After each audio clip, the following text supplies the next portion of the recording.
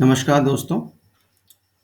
हम लोग Indus valley civilisation को देख रहे हैं और हमने यहाँ पर इसके इंट्रोडक्शन को देख लिया है, इसके अर्बन फीचर्स को देख लिया है, हमने इसके रिलीजियस फीचर्स को देख लिया है और इसके बाद में हम लोग बात करेंगे कि किस तरीके से यहाँ पर टेक्नोलॉजी डेवलप होती है ना?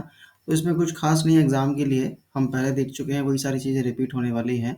जैसे अगर हम धातु विज्ञान यानी कि मेटलर्जी की बात करें, तो इनके पास जो बेस्ट टेक्नोलॉजी थी वो थी कि ये लोग एक मिश्र धातु यानी अलॉय बनाने में सक्सेसफुल थे, है ना? इनका जो बेस्ट मेटल था वो था ब्रॉन्ज। ठीक है, ध्यान रखना एग्जाम में क्वेश्चन पूछा जाता है कि यहाँ पर क्या नहीं था, तो क्या नहीं में लोहा दिमाग में रखना कि ये जो सिविलाइजेशन है ये आयरन एज सिविलाइजेशन नहीं है। ठीक है, ये क्या है? ब्रॉन्ज एज सिविलाइजेशन है, ये आयरन एज सिविलाइजेशन नहीं है और एग्जाम में यही क्वेश्चन आ जाता है। उसके बाद में दिमाग में रखेंगे कि इन्होंने मेटल से क्या-क्या बनाया जो ज़्यादा इम्पोर्टेंट है, मतलब यूटेंसिल्स या टूल्स के अलावा जो कैरेक्टरिस्टिक फीचर है वो हमें देखना है। तो इन्होंने इससे स्टैचूज़ बनाए हैं, है ना? स्टैचूज़ को बनाने में इन्होंने लॉस्ट वैक्स टेक्निक का इस्तेमाल किया है।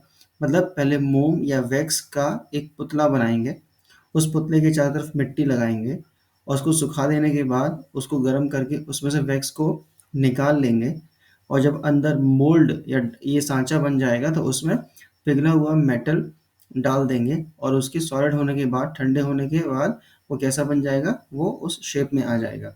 इसको बोलते हैं लॉस्ट वैक्स टेक्निक। एग्जाम्पल में देखा जाए तो हमको मोहनजोदड़ो, हमें मोहनजोदड़ो से एक ब्रॉन्ज स्टैचू मिला है डांसिंग गर्ल का। एग्जाम में यही पूछा जाता है, ऐसे तो बहुत कुछ मिला है लेकिन जो इम्पोर्टेंट है वो यही है और यहाँ से क्वेश्चन आ जाता है कि ये कहाँ से मिला है। तो ध्यान रखना, अभी हम लोग जब मोहनजोदड़ो को अलग से पढ़ेंगे तो उसमें हम सारी चीज़ें देखेंगे, लेकिन ये फैक्ट यहाँ पर आ गया है तो आप इसी को यहीं पर याद कर लें। उसके अलावा ये लोग क्या करते थे? ज्वेलरीज बनाते थे, टॉयज़ बनाते थे, मॉडल्स बनाते थे या कुछ भी बनाते थे। तो वो बहुत ही जनरल सी चीज़ें थी। एग्ज़ाम के लायक या इनका जो अचीवमेंट है वो यही है, एक तो लॉस्ट वैक्स टेक्निक और दूसरा bronze statue of dancing girl, है ना? उसके बाद में नेक्स्ट है हमारे लिए कि ये लोग स्टोन, पत्थर का काम भी करते थे। उससे भी क्या करते होंगे? करते थे मतलब क्या चीज़ें हमको मिली हैं वो है स्टैचूज़ बनाते थे, है ना? आइडल्स ऑफ वर्शिप बनाते थे, सील्स बनाते थे, बीड्स बनाते थे, वेट्स वज़न बनाते थे, स्केल्स बनाते थे, है ना? बीड्स को आप समझते हैं, बीड्स क्या होंगी? बीड्स गोल-गोल रहेगा और उसके बीच में एक छेद रहेगा जिससे आप कोई भी थ्रेड निकाल सकते हैं और उससे माला वगैरह बना सकते हैं।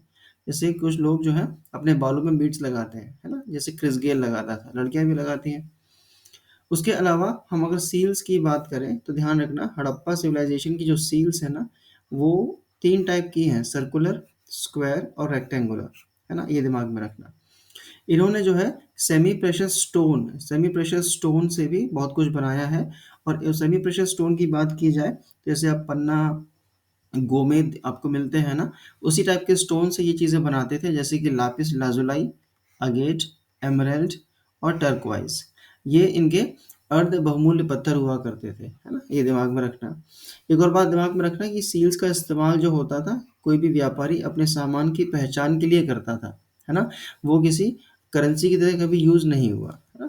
उसके अलावा ये आइवरी से भी बहुत कुछ बनाते थे। आइवरी से ये ज्वेलरीज़ के अलावा स्केल्स बनाते थे, है ना? मापते थे, लंबाई नापने का स्केल्स भी बनाते थे। और एग्ज़ाम्पल की बात की जाए, जो एग्ज़ाम्पल में हमारे लिए इम्पोर्टेंट है वो क्या है? स्टैच्यू ऑफ प्रीस्ट, है ना? ये स्टेटाइट स्टोन का है और ये हमको कहाँ से मिला है? मोहनजोदड़ो से। ध्यान रखना ये भी आपके एग्ज़ाम में आ सकता है, हम देखेंगे इसको डिटेल में, लेकिन अभी सिर्फ इतना ही दिमाग में रखो कि मोहनजोदड़ो से हमको पुरोहित का एक स्टैच्यू मिला है पत्थर का। फिर नेक्स्ट है हमारे पास पॉटरी। पॉटरी में कुछ खास नहीं है, नॉर्मल जो मटके-वटके रहते थे वही थे। काला मटका रहेगा, मतलब ब्लैक मटका रहेगा और उसके ऊपर रेड जो है छाप होगी या फिर रेड मटका रहेगा, उस पे ब्लैक कलर से पेंटिंग किया होगा। तो उसको हम बोलते हैं BRW वेयर, है ना? लाल काले मृदभांड। ठीक है, और मटके कैसे बनाते थे? Potter's wheel. पॉटर्स व्हील मतलब कुम्हार का जो पहिया होता है उससे ये मटके बनाए जाते थे। उसके बाद नेक्स्ट पॉइंट है, हम देखेंगे कि इनकी इकोनॉमिक लाइफ कैसी थी। इकोनॉमिक लाइफ में अगर बात की जाए तो पहले हम देखेंगे एनिमल हस्बेंड्री, है ना? ये पशुपालन करते थे और इसमें वही जानवर थे जो हम पहले देख चुके हैं। इन्होंने बफेलो, राइनोसेरॉस, एलिफेंट, टाइगर और डियर, ये तो हमको पशुपति का हमने सील देखा था, है ना? ध्यान होगा आपको, हमें पशुपति का या प्रोटोशिवा का सील मिला है मोहनजोदड़ो से, और उस सील में ये सारे जानवर थे। तो इन जानवरों के बारे में ये जानते थे और ये जानवर जो है इनके लिए कैसे होंगे, सेक्रेड होंगे, धार्मिक रूप से महत्वपूर्ण होंगे। उसके अलावा अगर हम और यूजफुल जानवरों की बात करें तो कैमल जानते थे, बोर जानते थे, शीप गोट जानते थे, बाकी जो नॉर्मल जानवर होते हैं वो जानते थे। लेकिन क्वेश्चन ये नहीं आता, क्वेश्चन ये आता है कि किसको नहीं जानते थे। तो ध्यान रखना, इनके हमें ना तो लॉइन की हड्डियां मिली हैं और ना ही लॉइन को किसी सील पर शो किया गया है। उसके अलावा सिमिलरली ये घोड़े के बारे में भी नहीं जानते थे, है ना? ध्यान रखना, बहुत इंपॉर्टेंट है कि घोड़ा और शेर इनको नहीं मालूम था ये क्या चीज़ है। लेकिन हमें एक साइट मिली है राणा घुंडई और दूसरा है सुरकोटड़ा। इन दोनों ही जगहों से हमको घोड़े के एविडेंसेस मिले हैं, है ना? घोड़े के एविडेंसेस मिले हैं। एविडेंसेस में क्या मिलेगा अपने को, बोन्स ही मिलेंगी, है ना? कुछ हड्डियां मिली हैं जिनको देख के लगता है कि ये घोड़े की हैं और ये राणा घुंडई और सुरकोटड़ा से मिला है। और ये इसीलिए इम्पोर्टेंट है कि आपसे पूछ लिया जाएगा कि which of the following sites of IVC have given us the remains और बोन्स ऑफ हॉर्स। हालांकि ध्यान रखना, इसके बावजूद हम मान के चलते हैं कि ये घोड़े को नहीं जानते थे। एक मूवी में सीन है ना, मोहनजोदड़ो जो मूवी आई थी उसमें सीन है जहाँ पर हीरो ऋतिक रोशन जो है पूछता है एक फॉरेन ट्रेडर से कि ये चीज़ क्या है, और जब वो घोड़े का नाम लेता है घोड़ा, तो वो अजीब तरीके से रिस्पॉन्ड करता है कि घोड़ा क्या होता है। तो ध्यान रखना, घोड़े को ये लोग नहीं जानते थे। फिर नेक्स्ट है हमारे पास एग्रीकल्चर। एग्रीकल्चर डेवलप होने का हमारे पास मतलब बहुत बड़ा वो नहीं है कि भाई अचीवमेंट नहीं है या बहुत अजीब सी बात नहीं है। ऑब्वियस सी बात है कि सिविलाइजेशन जो है एक रिवर वैली में है। तो रिवर वैली में आपको क्या मिल जाएगा, बढ़िया आपको सॉइल मिलेगी, एल्यूवियम, है ना? और बढ़िया आपको पानी मिलेगा, वाटर मिलेगा, ड्रेनेज सिस्टम मिलेगा। तो ऐसी कंडीशंस में खेती करना तो ऑब्वियस सी बात है। तो इन लोगों ने भी खेती की है, बहुत शानदार तरीके से की, और मानसून क्लाइमेट ने इनको पानी भी दिया। और इसी डेवलप्ड खेती एग्रीकल्चर के दम पर इन लोगों ने सिटीज़ को डेवलप किया या सरप्लस जनरेट किया, और सरप्लस के दम पर सिटीज़ को डेवलप किया, है ना?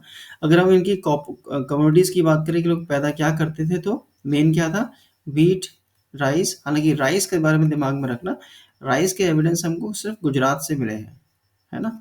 ये थोड़ा सा इंपॉर्टेंट हो जाएगा। दो साइट्स हैं हमारे पास गुजरात में, रंगपुर और लोथल। रंगपुर और लोथल, सिर्फ यहीं से हमको राइस के एविडेंस मिले हैं। तो ये एक वाइडली प्रेवलेंट क्रॉप नहीं थी, है ना? ये दिमाग में रखिएगा। बाकी ऑयल सीड्स थे, पल्सेस थी। और अगर कमर्शियल क्रॉप्स की बात की जाए तो कमर्शियल क्रॉप्स में हमारे पास कॉटन और इंडिगो है। इनको ये ग्रो करते थे, है ना? थोड़ा दिमाग में रखिएगा। इसके अलावा बहुत इंपॉर्टेंट एविडेंस जो एग्जाम में आ जाता है वो है आपका फरॉड फील्ड, यानी कि जुते हुए खेत, है ना? एक साइट है इनकी जिसका नाम है कालीबंगा। यहाँ पर जब हमने एक्सकेवेशन किया, खुदाई की, तो हमने देखा कि प्री हड़प्पन फेज, यानी कि हड़प्पा से भी पहले, यानी कि हम ये भी कह सकते हैं कि बिफोर 2500 बीसी, हमें कालीबंगा साइट से बिफोर 2500 बीसी कुछ एविडेंसेस मिले हैं जो इंडिकेट करते हैं कि यहाँ पर हल हल मतलब प्लाउड शेयर से खेती होती थी। तो ये बहुत ही इंपॉर्टेंट फैक्ट है और एग्जाम में आता है कि हड़प्पा सिविलाइजेशन की किस साइट से हमको फॉरवर्ड फील्ड के एविडेंस मिलते हैं और ये किस फेज का है। तो ध्यान रखना, ये प्री हड़प्पन फेज का है, हड़प्पा सभ्यता से भी पहले का एविडेंस है ना? ये दिमाग में रखिएगा। फिर नेक्स्ट है हमारे पास इंडस्ट्रीज। इंडस्ट्रीज ऑब्वियस सी बात है डेवलप हो जाएंगी जब लोगों के पेट भरे होंगे, तो वो अपनी अदर लग्जरी रिक्वायरमेंट्स को पूरा करेंगे। तो यहाँ पर जो इम्पोर्टेंट है वो है कॉटन टेक्सटाइल, बहुत डेवलप था, है ना? मोहनजोदड़ो साइट है, वहाँ से हमको इसका एक फैब्रिक मिला है, पीस ऑफ क्लॉथ भी मिला है। उसके अलावा नीडल्स मिले हैं और हमको स्पिंडल होल्स मिले हैं जिनसे कि सूत काता जाता था या रस्सी बनाई जाती थी। उसके अलावा अगर हम मेटल की बात करें तो इनको copper, tin, bronze, gold, silver के बारे में जानकारी थी। ये रिपीट हो रहा है, वैसे आपको याद हो गया होगा। और एग्जाम में आने वाली बात क्या है कि they did not know about the iron. इसके अलावा हमें एक जो है इंडस्ट्रियल सेंटर मिला है चन्हूदाड़ो, जहाँ से हमको फैक्ट्रीज मिली हैं, यानी कि वहाँ पर मैन्युफैक्चरिंग होती थी। हम जब इसको डिटेल में देखेंगे तब देख लेंगे। ध्यान रखिएगा कि यहाँ पर हमको कोई भी फोर्टिफिकेशन नहीं मिला है, है ना। यहाँ पर इनके इस शहर के चारों तरफ क्या नहीं था, चार दीवारी नहीं थी, और ना ही हमको यहाँ पर सिटाडेल मिला है ना। यानी कि ये एडमिनिस्ट्रेटिव सेंटर ना होकर एक इंडस्ट्रियल सेंटर था, जैसे ग्वालियर में मालनपुर है ना। ये दिमाग में रखिएगा। तो चंडीगढ़ का होना ये बताता है कि एक सिटी डेवलप हो सकती है सिर्फ उसके फैक्ट्रीज के दम पर। फिर अगला पॉइंट है हमारे पास trade and commerce. Trade and commerce में दिमाग में रखिएगा कि ट्रेड को हम डिवाइड कर सकते हैं इंटरनल और एक्सटर्नल में। इंटरनल में ऑब्वियस सी बात है कि इतनी बड़ी सिविलाइजेशन है ना, लगभग 13 लाख स्क्वायर किलोमीटर रीजन में है, और यहाँ पर जो रिसोर्स के क्या कहते हैं अवेलेबिलिटी है वो भी अलग अलग होगी। तो एक रीजन दूसरे रीजन की रिक्वायरमेंट को पूरा करने के लिए क्या करता होगा, इंटरनल ट्रेड करता होगा। तो ऑब्वियस ही बात है कि इंटरनल ट्रेड होता ही होगा। देखिए जो अचीवमेंट या फिर जो पढ़ने या देखने लायक या एग्जाम में पूछने लायक है वो ये कि Indus valley civilisation was part of the first globalisation in the world, है ना। ये दिमाग में रखना, और यही अचीवमेंट है। तो इराक और ईरान के बॉर्डर पर एक सिविलाइजेशन थी। इराक और ईरान के बॉर्डर पर दो नदियां हैं, क्या, दजला और फरात। दजला और फरात, और इन्हीं इंग्लिश में बोलते हैं टाइग्रिस एंड यूफ्रेटिस। ध्यान रखना, हालांकि ये एग्जाम में नहीं आता, यूं ही ये टीचर्स के लिए है, एग्जाम के पर्पज से इम्पोर्टेंट नहीं है। तो ध्यान रखना, मेसोपोटामिया जो है वो दजला फरात ईरान और इराक के बॉर्डर पर दो नदियां थी, उनकी वैली में थी। तो ये इम्पोर्टेंट है, इनके साथ ये लोग ट्रेड करते थे, और इसी को बोलते थे Sumer civilisation. Civilisation of Sumer, Sumer बोलते थे इसको, है ना। ध्यान रखना। और इसी की तरह जो नाइल रिवर है वहाँ पर एक सिविलाइजेशन थी इजिप्ट की, तो इनके साथ ये ट्रेड करते थे, है ना। ये दिमाग में रखना। इंटरनल ट्रेड के लिए अगर हम रूट की बात करें तो ये लैंड रूट से काम करते थे, यानी कि बैलगाड़ी से ट्रेड करते थे, और अगर नदी रूट से चलते थे तो बोट्स का इस्तेमाल करते थे। ये हमको एविडेंस मिले हैं। उसके अलावा अगर हम इंटरनल ट्रेड की बात करें तो इंटरनल ट्रेड को सपोर्ट करने के लिए इनके पास uniformity of system of measurements होते थे। मतलब क्या, कि अगर आज के कंटेक्स्ट में देखें तो 1 किलोग्राम में 1000 ग्राम होने चाहिए। अगर कलकत्ता में यहाँ पर 1100 ग्राम हो, और ग्वालियर में 900 ग्राम हो, कश्मीर में 1000 ग्राम हो, तो ये रीजन्स आपस में ट्रेड नहीं कर पाएंगे, क्योंकि इनका जो यूनिट्स ऑफ मेजरमेंट है वो अलग अलग हैं, तो ये प्रॉब्लम होगी। तो ध्यान रखना, आईवीसी में एक स्टैंडर्ड सिस्टम था, है ना।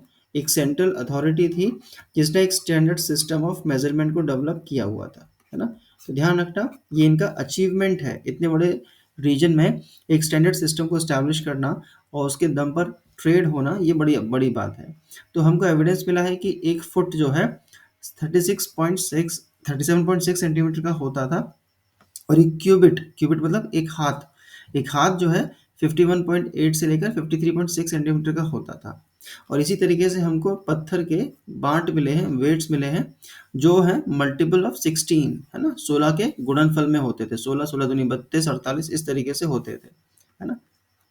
तो 16 का यहाँ पर सिग्निफिकेंस था। अभी भी हम बोलते हैं 16 आने सच, तो हो सकता है कि हम में और उनमें कुछ सिमिलरिटी हो, है ना। ये दिमाग में रखिएगा।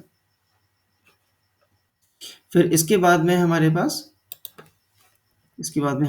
एक्सटर्नल ट्रेड की हम लोग बात करें तो यहाँ पर है हाँ, हमारे पास है रूट्स की अगर बात की जाए तो ओवरलैंड रूट से ये लोग ट्रेड करते थे वाया अफगानिस्तान। अफगानिस्तान में हमको दो ट्रेड सेंटर्स मिले हैं, है ना। ट्रेड सेंटर्स मिले हैं जो इस बात को सपोर्ट करते हैं कि ये लोग अफगानिस्तान के रास्ते से जाया करते थे। और ये कौन से हैं आपके, एक है शोरतुगई और दूसरी है मुंडिकाक, है ना। तो ये दिमाग में रखिएगा। और लेकिन मेजर जो ट्रेड रूट था वो था सी रूट, क्योंकि हमको पोर्ट्स मिले हैं बहुत सारे, और ये पोर्ट्स जो है कुछ इंपॉर्टेंट है जो एग्जाम में पूछ लिए जाएंगे। एक है लोथल जो गुजरात में है। इसको पोर्ट हमने क्यों बोला, पोर्ट इसलिए बोला क्योंकि हमको यहाँ से एक डॉकयार्ड मिला है ना। और इसके अलावा इसके सिग्निफिकेंस ऑफ पोर्ट होने को ये बात भी दर्शाती है कि हमको टेराकोटा यानी कि पकी हुई मिट्टी का मॉडल ऑफ शिप मिला है ना। उसके अलावा जो पाकिस्तान का रीजन है वहाँ से हमको क्या मिला है, सुतका गेंडोर जो है पोर्ट है, अल्लादीनो एक पोर्ट है, बालाकोट एक पोर्ट है। तो ध्यान रखना, पाकिस्तान का जो कोस्टल रीजन है ये जो है ये पाकिस्तान की कोस्ट पर हैं। आज की डेट में पाकिस्तान है, तब तो पाकिस्तान था ही नहीं। पाकिस्तान की कोस्ट पर है और लोथल क्या है, वो गुजरात की कोस्ट पर है। तो एग्जाम में आपसे पूछ लिया जाएगा कि which of the following sites were ports और developed ports in the Indus valley civilization, ऐसे दिमाग में रखिएगा।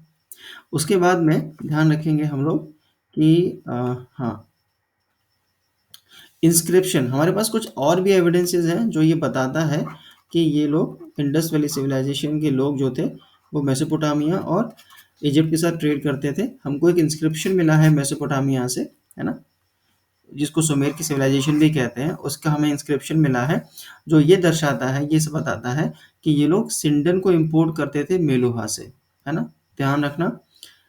ये लोग सिंडन इंपोर्ट करते थे मेलुहा से और हिस्टोरियंस ने सिंडन को ये आइडेंटिफाई किया कि ये कॉटन था और मेलुहा जो था वो आईवीसी का रीजन था। तो आपके लिए इम्पोर्टेंट है, इस इंस्क्रिप्शन में लिखा हुआ है कि सिंडन को लेकर आईवीसी या मेलुहा रीजन से शिप्स आया करते थे, है ना। तो ये एक इंस्क्रिप्शन है, सारगॉन ऑफ अक्कड़। तो इस चक्कर में ज़्यादा पढ़ना नहीं कि क्या है ये अक्कड़ वक्कड़ बम्बे वो, है ना। बस ध्यान रखना हमें सुमेर से क्या मिला है, इंस्क्रिप्शन मिला है और ये इंपॉर्टेंट है। आपसे पूछेगा what is sindon and what is Meluha, that is enough. उसके अलावा एविडेंस की बात की जाए तो हमको मेसोपोटामिया की सील्स मिली हैं। मेसोपोटामिया की सील्स कैसी हैं, सिलेंड्रिकल, है ना। वो कहाँ से मिली है हमको, आईवीसी की कुछ साइट से मिली है, जैसे कि मोहनजोदड़ो, लोथल, है ना, वो हम बाद में भी देख लेंगे। ठीक है, ये दिमाग में रखना। इसके बाद हम बात करें कि ये लोग किस कम्युनिटी में ट्रेड करते थे, तो हमने जब ध्यान से देखा और रिमेन्स को पढ़ने की कोशिश की तो हमें समझ में आया कि इनका जो कम्युनिटीज़ में ट्रेड होता था दुनिया के साथ में, उसके बेसिस पर जो बैलेंस ऑफ ट्रेड है वो आईवीसी के फेवर में है, क्योंकि हम लोग ऐसे एक रीजन में रहते हैं जहाँ पर डाइवर्सिटी बहुत ज़्यादा थी, तो हम अपने कंजम्पशन के लिए चीज़ें यहीं पैदा कर लेते थे। लेकिन जो बाहर के लोग थे वहाँ पर इतने एडवांटेज नहीं थे, तो हमसे इम्पोर्ट करते थे, यानी कि हम एक्सपोर्ट करते थे कंज्यूमर गुड्स को, जैसे कि ग्रेन्स, टेक्सटाइल और वुड, है ना। एविडेंस तो हमने पहले ही देखा कि हम सिंडन को एक्सपोर्ट कर रहे थे, है ना। लेकिन हम कुछ इम्पोर्ट भी तो करते होंगे। इम्पोर्ट हम करते थे लग्जरी आइटम्स, है ना, ध्यान रखना। जो लोग लग्जरी आइटम्स को इम्पोर्ट करते हैं और जो कंज्यूमर गुड्स को, मतलब डेली लाइफ की गुड्स को एक्सपोर्ट करते हैं, हमेशा ट्रेड उनके फेवर में रहता है। फिर अगर इंपोर्ट की बात करें तो इसमें प्रेशस और सेमी प्रेशस गुड्स को ये इंपोर्ट करते थे, यानी कि मेटल होगा और कुछ स्टोन होंगे, है ना। हमारे लिए स्टोन इंपॉर्टेंट नहीं है, हमारे लिए मेटल इंपॉर्टेंट है। ध्यान रखना, ये स्टोन्स या सेमी प्रेशस स्टोन्स को इंपोर्ट करते थे, जैसे अपन लापिस लाजुलाई की बात कर रहे थे ना, जिसको लाजवर्थ कहते हैं हिंदी में, लाजवर्थ, है ना, बड़ा सुंदर सा पत्थर होता है, लोग हाथों में नग में पहनते हैं, है ना। हमारे लिए इंपॉर्टेंट क्या है कि ये किसका इंपोर्ट करते थे, गोल्ड मंगाते थे अफगानिस्तान, ईरान और कर्नाटक की कोलार माइन से। सिल्वर मंगाते थे अफगानिस्तान, ईरान और साउथ इंडिया से। कॉपर मंगाते थे ईरान और राजस्थान की खेतड़ी माइन से। टिन मंगाते थे अफगानिस्तान, ईरान से। लेड भी मिला है यहाँ पर, तो लेड मंगाते थे ईरान और अफगानिस्तान से, है ना। तो ये दिमाग में रखना, कुछ खास नहीं है, आपसे गोल्ड और सिल्वर के बारे में पूछ लेगा, बाकी नहीं पूछेगा। उसके अलावा अगर हम मीडियम ऑफ एक्सचेंज की बात करें कि भाई ट्रेड का मीडियम क्या था, तो ध्यान रखना इस सिविलाइजेशन में कोई भी रेगुलर करेंसी नहीं थी, है ना। जैसे आज की डेट में आपके जेब में जो नोट होता है आरबीआई के द्वारा इशू किया गया, उस टाइप की कोई करेंसी नहीं थी। यानी कि यहाँ पर चाहे फॉरेन ट्रेड बात करो या इंटरनल ट्रेड की बात करो, यहाँ पर बार्टर सिस्टम प्रेवलेंट था। यानी कि ये लोग एक्सचेंज ऑफ गुड्स के थ्रू, उस मूवी में आप देखिएगा मार्केट में वो लोग सामान के बदले सामान खरीद या बेच रहे हैं, है ना। हमको जो सील्स मिली हैं उसका ट्रेड में रोल ये रहा करता था कि it was used as a mark of identification, है ना। जैसे कोई व्यापारी है, उसका सामान है, तो उसके सामान को बांध दिया जाएगा कपड़े से और उसके ऊपर एक क्ले लगा दी जाएगी और फिर सील से उस पर निशान बना दिया जाएगा और इस सील से ये पता चलेगा कि ये सामान किसका है ना। तो इस हिसाब से आप देख सकते हैं कि इनका ट्रेड कैसा था और ये कि इसके इकोनॉमिक एस्पेक्ट्स है। And thank you for today.